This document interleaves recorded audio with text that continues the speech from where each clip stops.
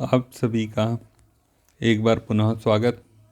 कल हमने उत्तराखंड बोर्ड द्वारा फिजिक्स का सैंपल पेपर फर्स्ट जो जारी किया है उसको हल करना प्रारंभ किया था। हमारे द्वारा कल 9 प्रश्न हल कर लिए गए थे। आज हम प्रश्न नंबर 10 पर जाते हैं, जो है भंवर धाराएं बनने का क्या कारण है। सवाल है भंवर धाराएं। आपको ये प्रश्न पत्र का लिंक नीचे डिस्क्रिप्शन में मिल जाएगा, आप वहाँ से डाउनलोड कर सकते हैं। साथ ही साथ पेपर का हल भी आपको डिटेल में लिंक मिल जाएगा, जहाँ से आप हल को भी देख सकते हैं। अब देखिए भंवर धाराएं, जैसा कि नाम ही बता रहा है भंवर, आपने पानी में भंवर देखा होगा, तो ये धाराएं जो होती है ये पानी में भंवर के समान होती हैं, इसीलिए इन्हें भंवर धाराएं कहते हैं। इसको सबसे पहले फोको ने देखा था। फोको ने देखा कि जब कोई धातु का कोई टुकड़ा परिवर्तित चुंबकीय क्षेत्र में या फिर धातु का टुकड़ा इस प्रकार से गति करता है कि इससे गुजरने वाला चुंबकीय फ्लक्स में परिवर्तन हो, तो इसमें प्रेरित धारा उत्पन्न होती है। ये जो धारा उत्पन्न होती है यह पानी में भंवर के समान होती है, इसलिए इसको भंवर धाराएं कहते हैं। अब देखिए भंवर धाराएं, जो प्रेरित धारा होती है हम जानते हैं वह अपने मूल धारा का विरोध करती है, अर्थात प्रेरित धारा के कारण जो चुंबकीय क्षेत्र होगा वह मूल चुंबकीय क्षेत्र का विरोध करेगा।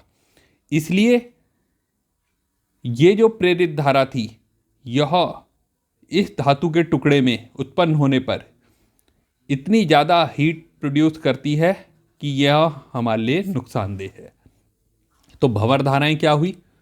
फोको ने बताया कि जब कोई धातु का टुकड़ा किसी परिवर्ती चुंबकीय क्षेत्र में स्थित होता है अथवा किसी चुंबकीय क्षेत्र में इस प्रकार गति करता है कि इससे बद्ध चुंबकीय फ्लक्स में परिवर्तन होता है, तो धातु के संपूर्ण आयतन में प्रेरित धाराएं उत्पन्न हो जाती है। और यह धाराएं इस प्रकार होती हैं कि धातु के टुकड़े की गति का या फ्लक्स परिवर्तन का विरोध करती हैं। क्योंकि ये धाराएं पानी में, जल में भंवर के समान होती है, इसलिए इन्हें भंवर धाराएं कहते हैं। अब इसका अनुप्रयोग कहाँ है? इसका अनुप्रयोग है प्रेरण भट्टी में। प्रेरण भट्टी आपको पता ही है, बड़े बड़े चीज़ों को गलाने के काम आती है, तो उसी प्रकार धातुओं को गलाने के लिए हम यूज करते हैं प्रेरण भट्टी में। दूसरा, रेलगाड़ियों में ब्रेक लगाने में वैद्युत ब्रेक कहाँ पर होगा? ये रेल गाड़ियों में। तीसरा,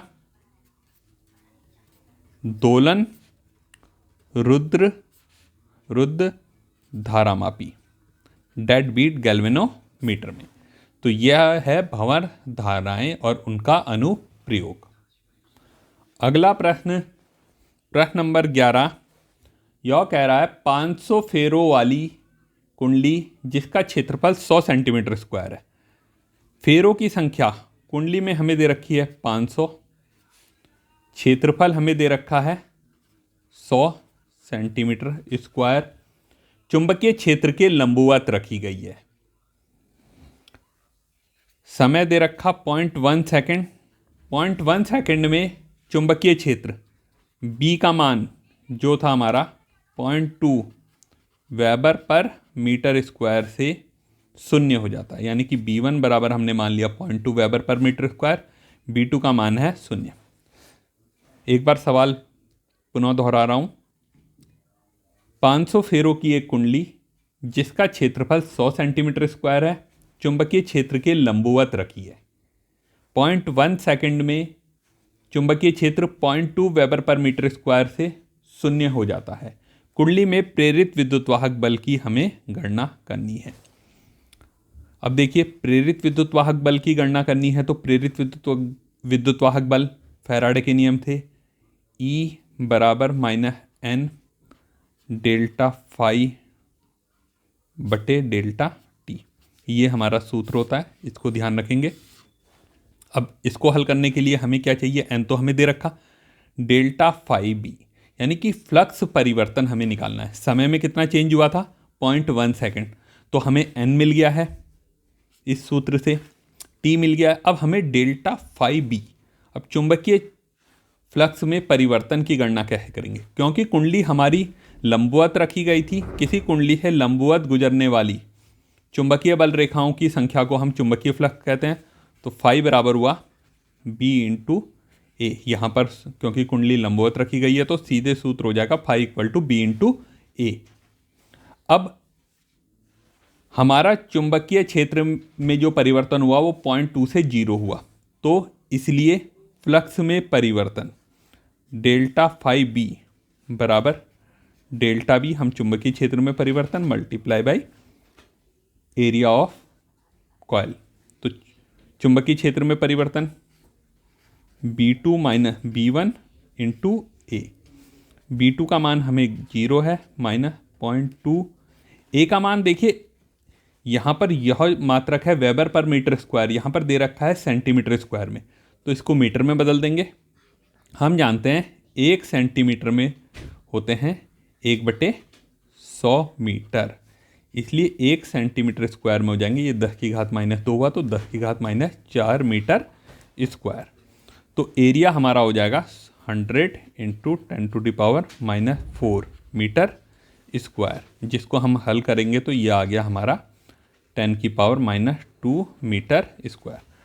10⁻⁻2 फ्लक्स का मात्रक वेबर, क्योंकि वेबर पर मीटर स्क्वायर और क्षेत्रफल का मात्रक मीटर स्क्वायर कैंसिल हो जाएंगे, वेबर पर metre square into metre square, क्षेत्रफल का मात्रक तो ये कैंसिल होगा तो वेबर आ गया।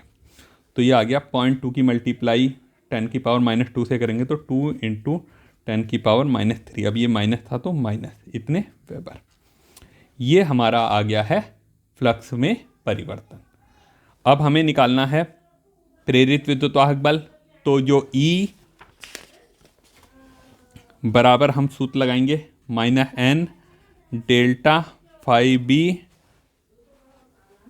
बटे डेल्टा टी -500, n का मान दिया, फ्लक्स में परिवर्तन हमने निकाला था -2 गुणा 10 की घात -3, ये था 0.1 सेकेंड में, ई का मात्रक वोल्ट, क्योंकि सब एमकेएस पद्धति में चल रहा है, माइनस माइनस प्लस हो जाएगा, 500 दूनी 1000, 1000 गुणा 10 की घात -3 अपॉन 0.1 वोल्ट।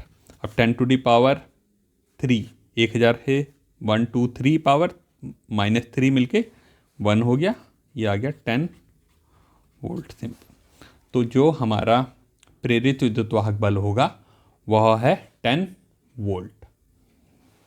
इसी में हमें अथवा में दूसरा क्वेश्चन दिया है,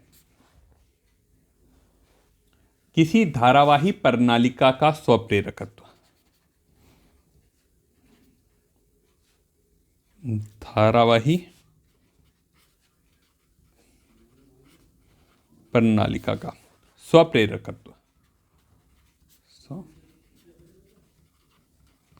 धारावाही प्रणालिका का स्वप्रेरकत्व ज्ञात करना है। अब देखिए धारावाही प्रणालिका तांबे के तारों को पृथक्कृत लपेट कर बनाई जाती है, तो ये मैंने एक रफ डायग्राम बना दिया है प्रणालिका का।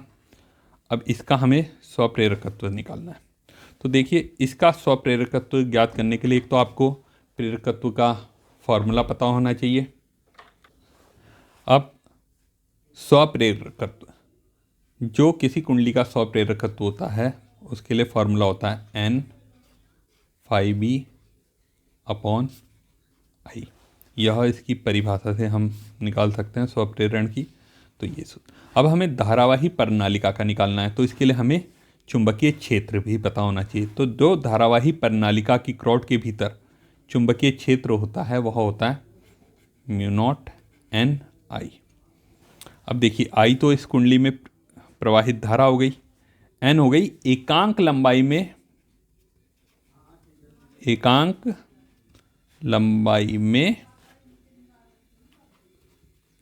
फेरों की संख्या। अब हमने मान लिया जो हमें कुंडली थी उसकी लंबाई L है और कुल फेरे n है, कुल फेरे हमने मान लिए कैपिटल N, और इस कॉइल की लंबाई है L, तो N बराबर हुआ N/L। माना एक प्रणालिका जिसमें कुल N फेरे हैं, I धारा प्रवाहित हो रही है, इसकी लंबाई L है तथा अनुप्रस्थ काट का क्षेत्रफल A है, तो N बराबर हुआ N/L। इसलिए इसके भीतर जो चुंबकीय क्षेत्र होगा वो होगा μ0 N/L इंटू I। अब एक फेरे, इस कुंडली के एक फेरे से बद्ध चुंबकीय फ्लक्स फाई बराबर B इंटू ए। बी का मान था μ0 N/L I इंटू ए। अब यह एक फेरे है बद्ध है, तो पूरी परिनालिका से बद्ध चुंबकीय फ्लक्स,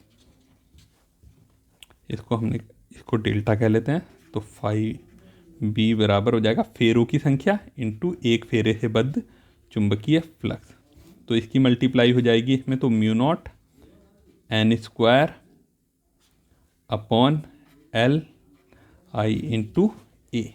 यह आ गया हमारा पूरी धारावाही प्रणालिका से बद्ध चुंबकीय फ्लक्स। अब इसका मान हम इस सूत्र में रख देंगे तो हमें मिल जाएगा कुंडली का स्वप्रेरकत्व गुणांक। तो कुंडली का स्वप्रेरकत्व गुणांक L बराबर हुआ हमारा N∆φB/I, क्योंकि हमने यहाँ पर डेल्टा फाई इसलिए लिया है कि एक फेरे से बद्ध जो फ्लक्स था को हमने डेल्टा माना था।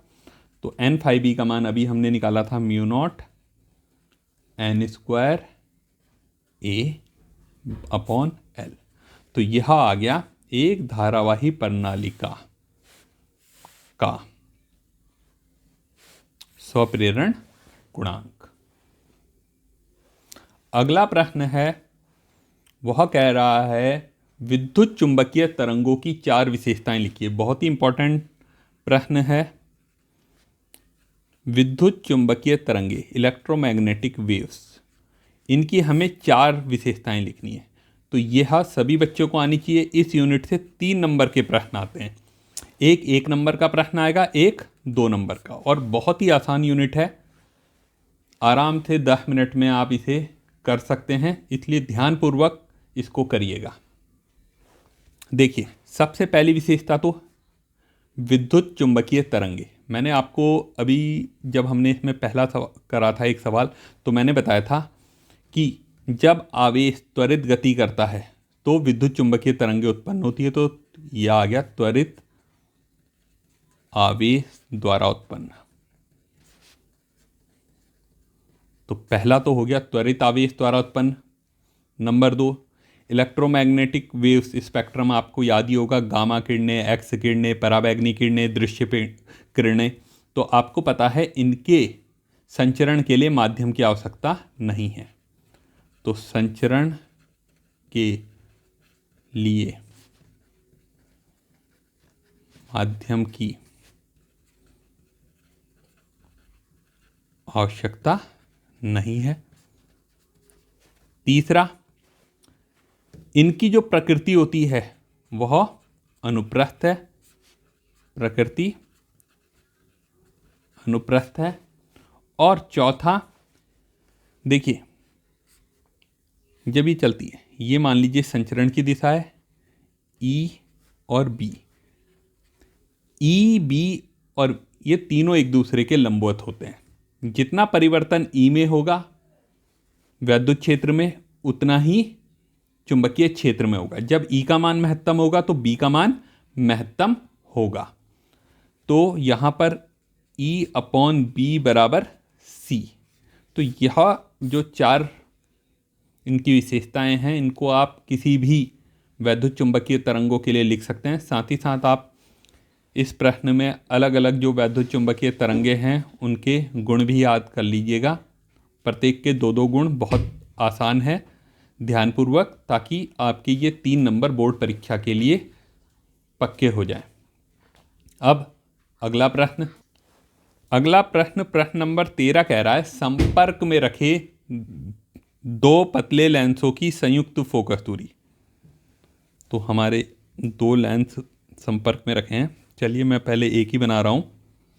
अब देखिए, अगर एक लेंस रखा होगा तो क्या होगा। मान लीजिए इसके ओ पर कोई ऑब्जेक्ट, वस्तु रखी थी, तो जो किरणें प्रकाश के केंद्र है जाएगी वो सीधे लेंस से होते हुए यहाँ से आप डॉट डॉट करके इसको, ये इसका प्रतिबिंब आई पर बनाती है। तो एक लेंस था L1 जो ऊपर रखी वस्तु का प्रतिबिंब आई पर बनाता है। मान लीजिए ये दूरी U है और यहाँ से यहाँ तक की दूरी V है, V डैश। क्यों, लेंस पतले हैं। तो अब हमने इसके बराबर में एक दूसरा लेंस L2 रख दिया, जो अब देखिए O पर रखी वस्तु का प्रतिबिंब अगर L2 नहीं था तो L1 के द्वारा I डैश पर बना। अब L2 को रखने पर वह I डैश जो प्रतिबिंब L1 के द्वारा बन रहा था वह L2 के लिए वस्तु का कार्य करेगा। यह इसका प्रतिबिंब I पर बनाता है। मान लीजिए इसकी दूरी V है। तो अब आशा है चित्र आपको समझ में आ गया होगा। 2 लेंस हैं L1 और L2 जिनकी फोकस दूरियां हैं क्रमशः F1 व F2। L1 की फोकस दूरी है F1, L2 की फोकस दूरी है F2। जब पहले हमारा केवल L1 लेंथ रखा था तो वह L1 के सामने O पर रखी वस्तु का प्रतिबिंब I डैश पर बनाता है। अब L1 से सटा करके दूसरा लेंथ L2 रख दिया जाता है, तो L2 जो I डैश पर बना प्रतिबिंब L1 के द्वारा था उसको I पर बनाता है। अर्थात जब दोनों लेंथ रखे होते हैं तो O पर रखी वस्तु का प्रतिबिंब I पर बनता है। तो अब हम इसको 2 भागों में हल करेंगे। पहले हम मानेंगे केवल L1 लेंथ रखा है, बाद में L2। तो हमें L1 लेंथ के लिए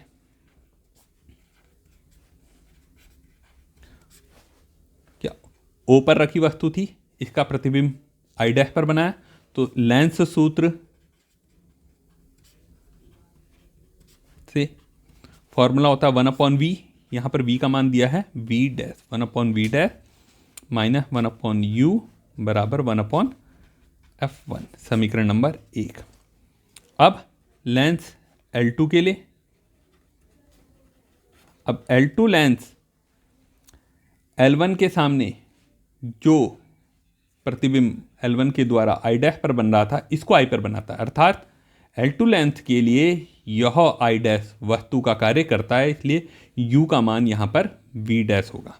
तो सूत्र हो गया 1/V minus 1/V dash, 1/V minus 1/V dash बराबर 1/F2, समीकरण नंबर 2। दोनों समीकरणों को आप जोड़ दीजिए। 1/V डैश से 1/V डैश कट गया, 1/V माइनस 1/U बराबर 1/F1 प्लस 1/F2। अब यदि हम इन दोनों लेंथों की जगह एक लेंस L इस प्रकार रखें कि वह O पर रखी वस्तु का प्रतिबिंब I पर बनाए। कहने का तात्पर्य यह है, इन 2 लेंसों की जगह एक पतला लेंस हमने L इस प्रकार रखा जिसकी फोकस दूरी, एक पतला लेंस L इस प्रकार रखा जिसकी फोकस दूरी F थी, जो O पर रखी वस्तु का प्रतिबिंब I पर बना रहा है। तो सूत्र, लेंस सूत्र हो जाएगा 1/V माइनस 1/U बराबर 1/F। ये समीकरण नंबर 3, ये समीकरण नंबर 4। अब देखिए समीकरण 3 और 4 थे, क्योंकि ये पहले समान है तो ये 1/F बराबर आ जाएगा 1/F1 प्लस 1/F2। तो हमारा आ गया 1/F बराबर 1/F1 +1/f2। बहुत ही अच्छा डेरिवेशन है। संपर्क में रखे दो लेंसों की संयुक्त फोकस दूरी के लिए जो हमने व्यंजक निकाला है, लगभग इसी प्रकार से लेंस मेकर फॉर्मूला का भी निगमन होता है। उसमें हम लेंस को पृष्ठों में तोड़ लेते हैं। पहले पृष्ठ द्वारा बनी इमेज, फिर दूसरी पृष्ठ द्वारा बनी इमेज। पहले पृष्ठ द्वारा जो प्रतिबिंब बनेगा वह दूसरे के लिए वस्तु का कार्य करता है, उससे निगमन निकाला जाता है। दोनों को आप कोरिलेट करके पढ़ेंगे तो बहुत ही अच्छा रहेगा। जब भी आप पढ़ते हैं तो यह ध्यान रखा कीजिए कि जो टॉपिक आपको आ जाते हैं वहाँ पर तो आप सीधे हल कर लीजिए, लेकिन अगर कोई टॉपिक नहीं आता है तो उसके रिलेटेड जितने भी पॉइंट होते हैं उनको आप नोट कर लें। चलिए अब अगले प्रश्न पे चलते हैं। अगला प्रश्न